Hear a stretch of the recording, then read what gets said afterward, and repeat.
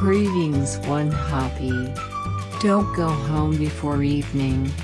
I will share a tutorial on how to string a fishing line. 1. Prepare the strings and hooks.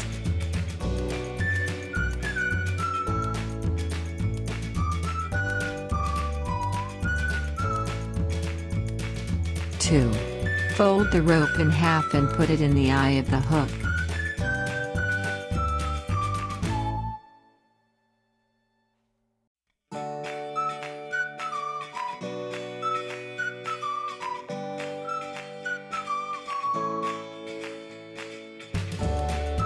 3 strings rolled and put on the hook.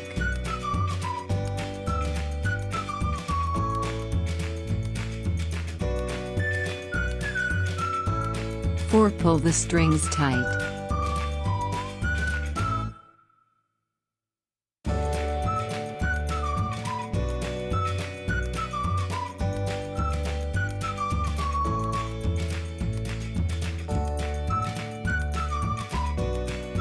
5. Cut one of the strings and you're done.